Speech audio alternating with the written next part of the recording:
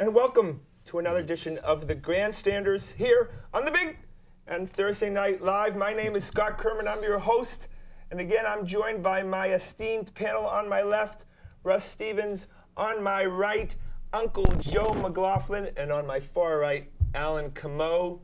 Well, it's a special show tonight. It's I can't believe we won the freaking Super Bowl show. Unbelievable. What a game. The New England Patriots are the Super Bowl champions. They won 28-24. If you haven't been under a rock, you know maybe the greatest Super Bowl of all time, maybe the greatest play of all time. We're going to start off first with your reactions when Malcolm Butler goes in front of Lockett, intercepts the pass. How did you react? There was a quick pause where your brain had to register what you thought you heard or thought you saw, because there was such a crowd down there. It wasn't apparent like right away that he intercepted it, and then you heard it, and then what do you do except for go bananas and something like that? Right. I mean, you're afraid for yourself personally because you're jumping up and down, you're going crazy, right? You don't want to have a stroke, a heart attack, right? I thought I was jumping to conclusions that there was a fumble or something. In the melee there, the little scrum there that happened in the first second of the interception, I was totally confused. It was the last thing I expected. So then when it finally dawned on me that we had won the game, it was just like, ta-da. Could you believe it, Alan? I stood there saying, okay, did my eyes just deceive me? Did I actually see them intercept to win the Super Bowl? But what's the catch? Where's the flag? Where's the call? Did he actually not really catch it?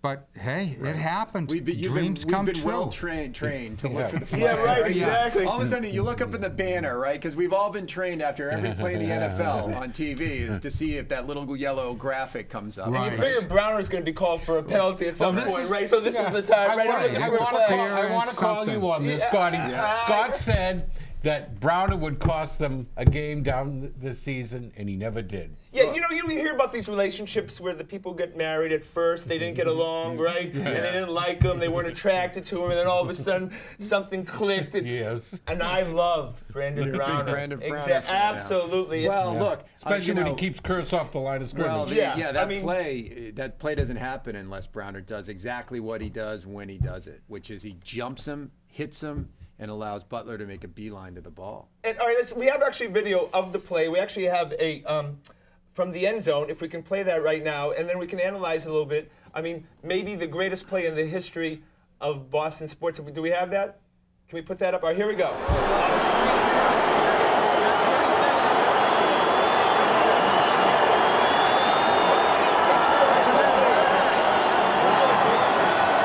a beeline and gets the ball.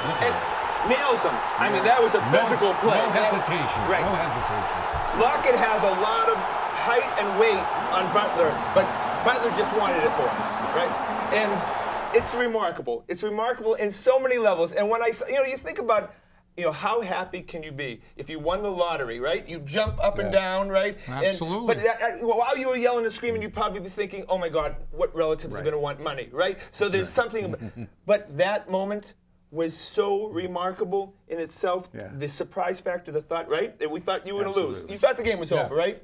Oh, absolutely. Not over, but it was. Absolutely. Did you think the game was over? Absolutely. I had an inkling of faith. And the thing that did it for me, the thing that did it for me was I was trying to figure out why Belichick wasn't calling a timeout. And I just sort of got to the end of that little stretch and said, he just wants, this is a goal line stand. We're going to go goal line stand to goal line stand, and we're going to see what happens. I did not have this thing in the loss column. Willie McGinnis this time. I didn't. Really? I would tell you if I did. I didn't have it in the loss column. I didn't think that was going to happen. I didn't either. I hadn't chalked it up. Oh, I was going into severe depression. I thought it was absolutely. That was nothing. I just thought they were going to hand to Lynch. He was going to score a touchdown. We were going to have some bad Hail Mary, and the game was. I thought the game was over. Me too. Complete. It was done. I could not believe, and we'll start talking about the call. I could not believe he went and did a pass. Actually, no, that call was okay. The pass on the 1 yard line, that call, because if you think about it, who was the Globe columnist here who wrote? Alex Spear of the Globe reported that in 2014, There were 106 passing plays from the 1-yard line. None of them were fumbled or intercepted. No way. And 66 of them went for touchdowns. Look, not only was it a bad call, it's the worst call in the history of sports. I disagree. Grady Little feels so good about himself after that. Unquestionably, the worst call in the most important time. All calls are bad when you lose. Right. And that was a deciding. That decided the whole 60 minutes of the game. That was the crux of the whole game right there. Well, he was going to have to throw the ball on one of those downs. Now, I agree. whether he threw the ball on second or I would have said you're better off throwing it on third down. But he was absolutely going to have to throw the ball. There were 26 seconds left. You cannot get 3 running plays in 26 seconds. He didn't have to throw the ball. He didn't have to throw because Lynch was going to score. He was absolutely going to score. The Patriots defense was gassed. They were gassed. And they weren't in goal line either. They had Malcolm Butler in there, a third cornerback. By the way, on one of the post-game shows, they did a very last-minute substitute. Akeem Ayers came out and they put Butler in there instead. Yeah, right. They went to a certain package. That's 3 cornerbacks. There is just no way. And the fact is that the Patriots may have let him score. Okay, they may have let him score it's if he had run it. The biggest reason to run it, to me, in my mind, the biggest reason for him to run it would have been because Belichick has a history of letting guys score in the Super Bowl. Yes. Right. Right, absolutely, right? yeah. So the biggest reason to run the ball for me was the chance that Belichick was going to let them score. And is Belichick that much of a genius that he let the clock run out with the idea? I will argue that I absolutely believe that Belichick had probably gone through scenarios with time running out in his head and said, given the choice, do I want them to run it or throw it? I want them to throw it. And that's why I think he didn't take the timeout, because I think he said, I'd rather have him throw the ball down there than run the ball. And he had Pete Carroll kind of outthink himself. Absolutely. And maybe Pete Carroll does something outside the box like he did at the end of the half because he wants to be the genius type and all of a sudden wants to kind of outsmart Belichick. He's a good coach. He is a good coach, and I liked him when he was here. I think he had, from some of the film stuff I saw, I think he has an unnatural level of confidence in Russell Wilson. Yes. Only a coach who has an unnatural level of confidence allows in a Super Bowl at the end of the half with 6 seconds to go his quarterback to throw a ball instead of kicking the field goal. And that carried over until the last 26 seconds of the game. It was the same basic level of trust that had him throw the ball with 6 seconds left in the half to having him throw the ball down at the goal line with 26 seconds to go. It's the same decision. And so in the blame game, is Carroll getting too much blame and Wilson not enough? I mean, Wilson threw the pass. Well, what did you do? You didn't get off the line. What do you think, Alan? Come on, Belichick even admitted, he said, no, that was not a bad call to throw on that down. Yeah, come on. I'm not buying that because coaches fraternity. No, wait, coaches fraternity, like we spoke about, all of a sudden Belichick, because Carroll at first took full blame. In the first interview, he took full blame. He said, that's my call. I made a mistake. Later on, all of a sudden, he's changing the story. Like, I'm going to explain to you all, you plebeians who don't know football like me, we're insiders, and I'm going to explain to you why we did it, but you would never understand. Well, here's the thing. What makes it, to me, a bad call wasn't the run pass, it was the kind of pass. I agree with you roll on them out, that. give them an option. If something's not there, throw it through the I'm uprights. with you, too. You know, like, there's so much traffic down there. Could have gone to a corner. There's a lot just of bad to make things. it Look, safe. what did Woody Hayes say? Every time when you throw the ball, 3 things can happen and 2 of them are bad. Yeah, right? Exactly. But now 4 things can happen. 2 of them are good. Pass interference. And you get the but let's that call was part of the game. But we all agree the Patriots outplayed them that game. Absolutely. Right? Yeah. I thought so. I felt like they outplayed them 3 out of the 4 quarters. Right? Don't you think? It was just ridiculous the way they coached up and the way they handled the end of the half. Yes. They should never have given Seattle that touchdown. I mean, Seattle was pretty much going to take a knee, and the Patriots kind of let them score, right? And everything went wrong in that. So there's 7 there. We need to. All right, so we'll start talking about the game. We'll analyze. We'll start in the first quarter. And because it just snows constantly, I've watched the game 5 times. I know you've watched because there's nothing else to do. And so let's talk about Tom Brady. Every week here at the Grandstanders in the Patriots season, we talk about Tom Brady and his early first quarter, generally, interception in the middle of the field that he should never have thrown. And he throws another one on the Super Bowl. What do you think about going down 7-minute drive and then throwing Right. such a terrible interception. It was a bad interception. It wasn't a dead solid, you know, it wasn't like we were getting a touchdown. I think it might have been, I think it was third down. I'd sort of Yes, had it the was. field Third goal and chalked up 6, in my mind. Look, better to happen in the second drive of the game than the last drive of the half. So I was upset, but there was so much time left in the game at that point in time. I didn't get that hung up about that particular interception. And then I know it's horrible to think, but of course even the announcers said, in the play, one of their stars, Lane, breaks his wrist, gets him out of the game, and that sure helps us moving forward. So it was a gain-loss, right? But you know, I think one of the good things, and it speaks to the Patriots and their resiliency and their ability to be clutch. Okay, so they get a 7-minute drive. It's like, okay, they're controlling the ball, they're controlling the game. They go down to and they get intercepted. But they ended up scoring the first touchdown after that. That's right. And they kind of Took set the edge off. They kind of set this. Well, we are controlling the game. They look definitely more dominant than Seattle even could hope to have been. Yeah, Wilson didn't complete a pass until the second quarter. Right. He didn't look that sharp. I mean, he did when he did go down. He was getting long passes to a guy who worked at Foot Locker. I mean, Yeah, it was and he was kind like of 9 bizarre. inches taller than the cornerback who was covering him, too. I still, But had never played the position before, Right. so that's, you know. but can you even explain that? How can you explain a guy? I understand a guy, you know, like a Malcolm Butler, but he was played the season and then all of a sudden does something great. But how can you explain a guy who's never had an NFL completion?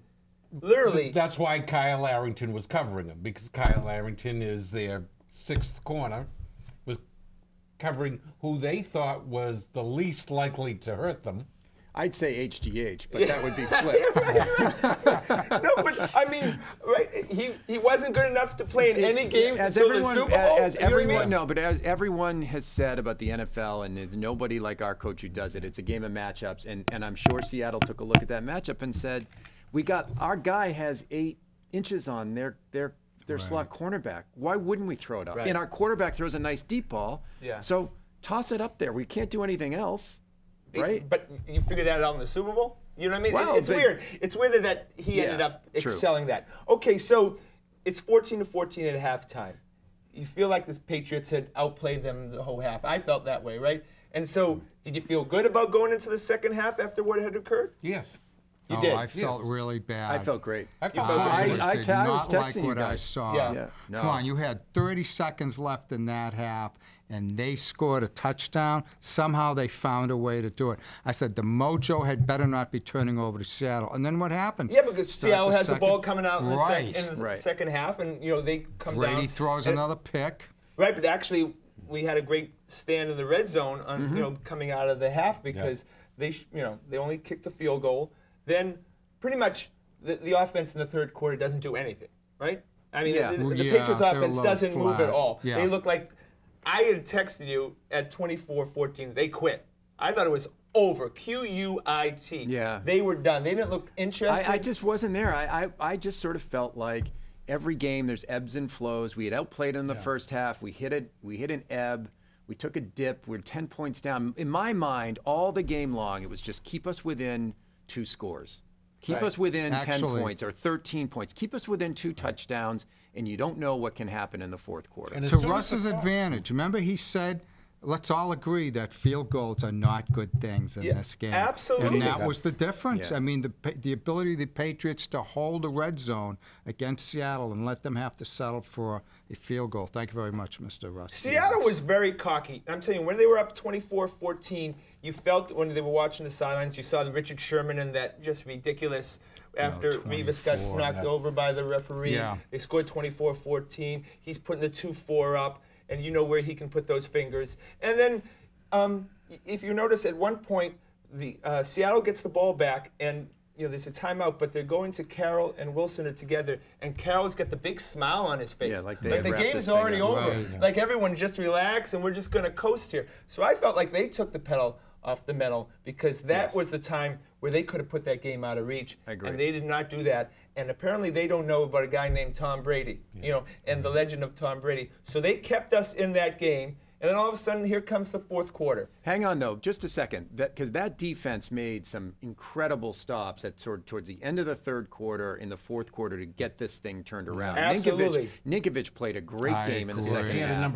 That sack was an absolute momentum turner. You could see, like, there was a jump in everyone's step once Ninkovich came around, went up the middle, clobbered Wilson, punts it. Now all of a sudden you're saying, guys, we're only 10 points down. We're 2 touchdowns from taking the lead. Right. Reeves made a great play on that fourth quarter. The offense was alive now. And the defensive line played well. The defensive line played very well. I thought Will Fork, Branch, those guys did a good job. Ninkovich. Branch, you had mentioned before. Branch, I thought you mentioned that last week. And maybe that helped that Branch had played, for Seattle, was familiar with the offensive line. And by and large, they contained Wilson. They kept him, other than at the end of the half where he got loose on Chandler Jones. They largely kept him in the pocket. Yeah, but the Patriots were not creative offensively in the third quarter. They weren't doing anything to shake it up. Very vanilla. And then, of course, the fourth quarter comes. It's desperate times. They got 12 minutes left. They got a 3rd down and 14. And I want to mention Chris Collinsworth is talking about Deflategate during what ends up being the second most important play of the Super Bowl. And then Brady steps up in the pocket, and he throws a BB. To Edelman, and plants it in his chest. Edelman had no choice but to catch the ball. He got lit up. He gets lit up. A helmet to helmet that he do not call. He's stumbling, bumbling, but he gains 19 yards ultimately. And the next thing you know, we're getting into the end zone. And I felt like that was the key play. Because look, the unsung heroes, and I think we were saying it last week, was that offensive line in that fourth quarter kept Brady clean, pristine. All of a sudden, the seas parted on that 14-yarder, where Brady had all the time in the world, and he stepped up. And if you see that replay, he steps almost all the way up to the line of scrimmage. So he threw a 14-yard pass where he would have had to thrown a 24-yard pass from back in the pocket. That offensive line, unsung heroes in that, especially in that second half. had a very good game. Vollmer, by the way, Vollmer got beat up a little by Bennett, but then you're going to get beat up by Bennett. He's one of the top guys in the NFL. What was that? But there were some people who were saying, okay, Brady's quarterback, he did a great job, but if they hadn't have won that game, he could have been considered a GOAT. But either way, I thought Edelman played a great game. I would have loved to have seen him got the MVP. It would have been close. And I thought the runner-up to him was Shane Vereen. Absolutely. Shane Vereen had, what did he had? He had 5 first down, 3rd down for catches. And the one-handed catch he had was remarkable. He had a great game. Oh, yeah. And then he ran well, too. Seattle. Yeah. He ran well that last drive. That we scored to take the lead. He did it on a draw play. He got 8-9 yards. He was actually the running option. I mean, that was the matchup, out of the game. Like you say, the matchup that they kept getting. He only caught 50 passes all year, but he catches 11 in the penultimate game. Terrific. He was the matchup they kept going to, him and Edelman. And it's pretty clear, not that I'm a doctor, but Edelman gets a concussion or some level on that Chancellor hit. Yes. I mean, and then he catches the next pass, and he's stumbling like he just knees. lost his contact lenses, right? And Michael says he's had a bad hip. If his hip moved to his ear, he's got a bad hip. I mean, and then apparently in the huddle, he's calling the Seahawks the St. Louis Seahawks. And then they usher him to the sidelines before the referee can say anything to him. Tough dude. Yeah, so they just how many fingers do I have up? 6. Yeah, that's perfect. Get back in there. And so, I mean, he plays a fantastic game. We get, we're now down 24-21, and the defense steps up again. Yeah, that was 3 and out, crucial hold. Absolutely. And then now we get the ball back immediately, get all the momentum. The perfect drive, 8 for 8. He was. That's the best. It's the best. It's the best he's ever been. Because you can't make mistakes. You cannot turn the ball over. Everything has to go well. Gronk was a key in that final drive. Absolutely. Gronk and Vereen led that final drive. And again, it's like, remember in that Baltimore game when we were making the comeback, and the thing that was amazing that game was just the level of patience that this team had. They were so they were down by 2 scores in the second half, and they were they just matriculated the ball down the field. They took what was given to them. They didn't force anything. It was exactly like Baltimore. That's the thing I'll take away more than anything about this team is just the level of patience they had when they were under duress. They took what they were given. Absolutely. They didn't overreach, didn't get greedy. Didn't they panic. took what they were given. Yep. Well, they have a great experience in these. I mean, They absolutely this is do. not their first rodeo. Right. So, I mean, and, Except for Wilfork and Brady, pretty much it is really, you know. well, yeah, no, actually, there's a crazy statistic. 30 players are new from Youngest team ever to win the Super that Bowl. was 30 new players this unbelievable. year from last year. Yeah. Because So that's more of a, didn't you know, Edelman big- say Brady's like 47, 48 years old or something after the post-game show? Yeah. I mean, all right. So now we get the ball back. It's 24-21. He comes down the field. He's completing every key pass, and then he has that play where the defensive lineman is trying to take Edelman with his arms. That just shows me if Carroll's a defensive whiz. Yeah. What They was got he? caught in What some was he bad doing? ma- They got caught in some bad matchups. In Yeah, that drive, absolutely. clearly. Bobby Wagner on Gronkowski. Crazy. And then, Can't do it. And then the Edelman touchdown reminded me of the Burris touchdown to Manning. Right. That was a move that you knew was going to happen, right? He had made that move on the prior drive, right? Right. Yeah. And just Brady made a bad pass. But that was an easy touchdown. He was open, You could not absolutely. let that happen. Good call. Yep. So now we get to a point where the Patriots have succeeded because Lane is out. They have a guy named Simon in, and they are pretty much isolating picking him on him. wherever he Yeah, is in the right. field, right? He's got like a He had red a light long on. night. He had a long night. So what is Carroll thinking when he gets down? He's thinking that same situation with a guy named Malcolm Butler, right? Because they see that matchup right. of Butler out there, and that's what the NFL's become, right? Should have been We- looking for Arrington. We look for the weakest guy on Absolutely, the defense, yeah. and that's who we're going to, right? Right, absolutely. So that's what he does. And Butler was amazing that last drive. He knocked a couple of passes The down. cross- He knocked a Yeah. pass down on the miracle play, and then the interception. He only got beat once, I think, that pretty much that whole game. So all right, He broke up Matthews another time. That's right. so now we're in a good defensive situation on the final drive with the Seahawks. They've got 3rd and 10 from what, the 50-yard line? Something like that. Something like that. Yeah. And they the throw first. that long pass to Curse. It hits like 12 people in the cheerleader.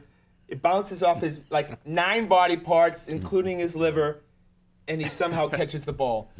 What were you thinking at that moment? It's just not going to happen for us ever again? Right. No, absolutely. it was, No. my heart sank, yes. Right. But you guys are fine? But you know what, though? You got to No, give you Butler always have credit. to hope. This is sports. You have to give Butler credit because as well as he played that, he had enough consciousness to get up and realize that the guy caught the ball and he tackled him. Actually, Harmon bothered me because Harmon just flew by it all. He should have been batting at that ball. So you guys were calm, cool, and collected? No, That no, was no, good. no. I'm making a connection I'm not here. going. Are I'm you not kidding me? going so far to say that I was calm, cool, and collected. I did not think the game was over. I just didn't. There was there was enough time left. Belichick hadn't started getting funky with his timeouts yet. You have to but be he still has confident to with- score a touchdown. They still had to score a touchdown. And every game in the NFL is an example of a team on the 5-yard line that does not score a touchdown. Every game. When I watch a game, I bring all the pain and bitterness and anger and That's all you. the defeat That's to your that issue. game. That's Okay, your and issue. that all comes out. It literally comes out as rashes, and it's not. It's I could frightening. never tell. And so, so when all of a sudden that happens, that's it. Everything. Bill Buckner. It comes in this crazy collage in my Well, head. you know what? You that want to it's know all why? going though? bad. And here's why: because you got at least the rational among us. All right, okay. Had realized that this is the year we had a defense, right? Every other year, we're sitting there looking and we're saying there is no way we can stop we're going them. to ever stop this team. Right, and a lot of weird, bad things happened to us that game. But at no point in time did I think that the defense went in the tank. Not once. No, they didn't. No, they played well in the Against second half. Baltimore, Yeah, I had right. confidence Right. that the defense Right. would make the They play. They never and went in the did. tank. Right. You Against- knew that the Giants were going to score that touchdown. Yes. Yeah. Yeah. Both years. Yeah. You Both knew. years. I did not feel this way this way that time. All right, so they get the ball on the 5-yard line. They actually have to burn a timeout, which actually Things got very disorganized on the Right. Seattle side. Yeah. Oh, but Bad at the 50-yard disorganized. line, they were terrible. bad Very time disorganized. management, which ends up costing them. A timeout after an incomplete pass on a dead ball. Yeah, right. Which was inexcusable. You know what I would do if I were Pete Carroll is I would pay Ernie Adams as much money as, Yeah, as right. he could Yeah, possibly right. throw at him because I imagine that Ernie Adams was in Belichick's ear Yeah. on whether to take a timeout or not, and it was clear that Carroll had no idea what was going on. Ernie Adams, as people may not know, is the Patriots like math whiz. And he's Yeah, been with guru. Belichick since forever. Prep school. And and he literally just gives them the statistical analysis of what should happen. Pulling the strings from the. What is his title exactly? Director of Research and strategy. Yeah, Yeah. he's just the Director. numbers guy. You know, he apparently works $100. And he lived And in Brookline's own. Yeah, Brookline's own, I think Coolidge we're gonna Corner. need to Yeah, have he's him on. right. Lived with his mother in the basement apparently. But so all of a sudden it's happened. You know, it's on the 5-yard line. It looks like we're going to have David Tyree all over again. And Lynch is given the ball and just about gets in. I thought he was in. Hightower makes. Have you? There's some film on that Hightower makes an incredible play. Yeah. Comes out of nowhere, hits him on the knee. Ayers comes over and drops him. So now we're in the half-yard line. You're thinking now what? Belichick's got to call a timeout. Yes. Save some time, Yep. right? I mean, that's where I'm thinking he's going to, and he doesn't do that. And as a matter of course, the next play will be Marshawn Lynch over the left side in for a Right. touchdown. Right, and you're thinking, will they let him in? Will they let him just go in? Are they going to try, is this the last stand? And it ends up, of course, it is going to be last stand because he doesn't call a timeout, all right? He just stands there, and things are happening quickly. You see in a tape I've watched, again, we've watched it so many times, they go into a certain defense, put Malcolm Butler in, and then next thing you know, he's going back for a pass, right? And the interception, and it's one of the most remarkable plays, and the Patriots win the Super Bowl. Or do they? All of a sudden now, look, what happens next? They've got the ball on the half-yard line. I thought they were going to take a safety, have him run around for 10 That's what seconds. Did you think thought that was going to so. happen? Yeah. No, too risky. Oh, And- yeah, because you got to give the ball back. Yeah, too And risky. what does Belichick do? What does No, it's Brady great. do? Yeah, just draws Hard him right count. off. Hard Right. count, right? Right. And apparently Brady does a triple bob with his head. Yeah. Bennett, the moron, goes Bites offsides. on it. Ball game, right? Well, Because that was he it. wanted to be the hero. He wanted to make the play, just But like by the everyone way, else on that I think field, that was you a know? microcosm of sort of the mental attitudes of each team The because disciplined team versus. Yeah. because the Patriots always had their poker face on. They'd been here before, and I was a little bit irritated by Seattle celebrating at the half. Come on, what's up with you guys? And yet, who lost their cool? Huh? Who's the team to hate here? Huh?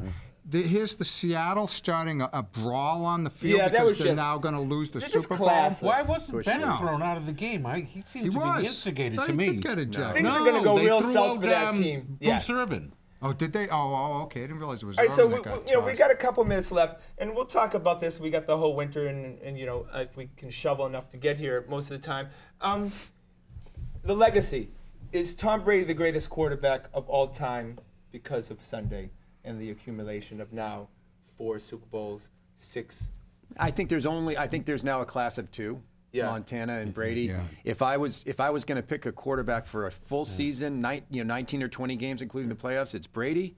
If I was going to pick a quarterback for one game, it's still a tough call between Montana and him because Montana didn't throw a pick a game, right? Montana just had never a made great mistakes. drive, too. Remember, against Yeah. Cincinnati in the Super Bowl.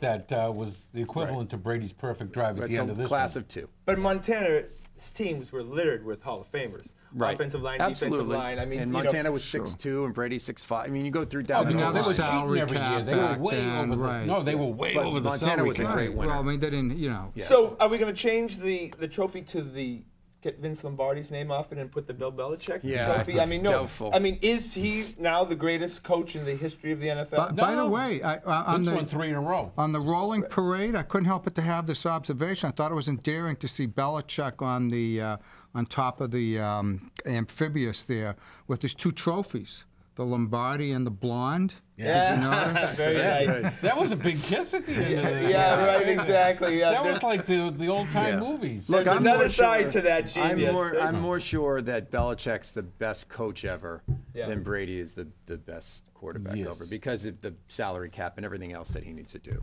And it's just, I mean, it's remarkable. We've had this unbelievable run. This is our 9th championship. It's pretty nice, and we're all as such of age. It's pretty nice what we're experiencing here the last 15 years, right? Yes, it certainly is. And well, we wanted to continue, and just this went quick. 30 minutes went awful quick. That's another episode of the Grandstanders. I want to thank all the guys behind the scenes for all your help. I want to thank the boys here. We'll be back next week at 6:30 on Thursday Night Live. My name is Scott Kerman. Have a great night.